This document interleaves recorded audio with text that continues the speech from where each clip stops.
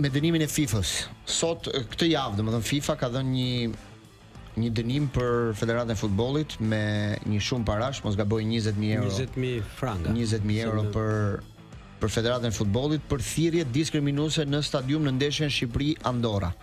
Ka publikuar Federata e Futbollit dënimin e FIFA-s, ku thotë që 20% e stadiumit në ndeshjen me Serbinë do jetë e boshatisur, pra nuk do lejohen tifozët në atë zonë, më duket mund të hyjnë vetëm shoqatat që janë kundër diskriminimit dhe ishin po dhe ato të miratuara nga FIFA më përpara.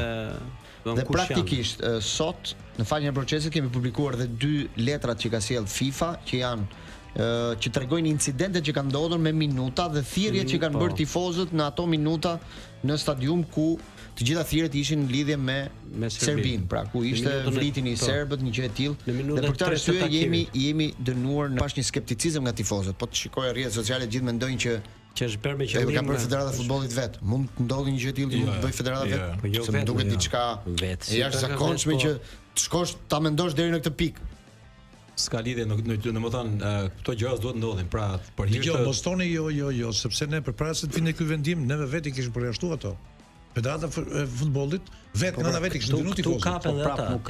Kishte dënuar tifozët vetë. Nuk ka sponsor deri në atë pikë sa ata duhet të bëjnë këto veprime njëra ata. Ata si komandon kur? Komisioni i disiplinës. Atëherë të mos marrin pjesë stadium. Jo, po s'është kështu.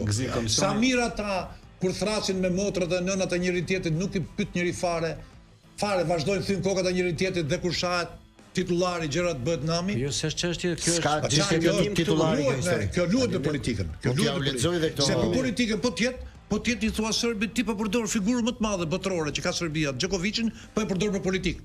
Po dhe çfarë do i themun njerëzve në tribunë? E dënueshme është. Kur ti del Djokovicin në turne dhe thotë që e kemi zotin Prodani. Zotin Prodani, mund ta shpjegosh pak se diçka patjetër që më megjithatë, nuk mundet që të themi me siguri sepse nuk e dim, kjo është edhe një spekulim, por të lë shumë të dyshosh.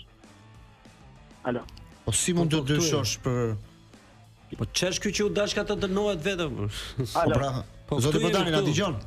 Po, tash ju dëgjoj. Po, jo, po thonë si ka mundësi. Si ekziston kjo mundësi që mund të dyshosh për një gjë të tillë, se si mund t'i thuash FIFA-s më dënoti mua. Duket një gjë pa sens. Po, teknikisht relacioni duhet të jetë bërë nga delegati. Delegati ka ja të ta lexoj disa nga paragrafe. Delegati është një zyrtar i cili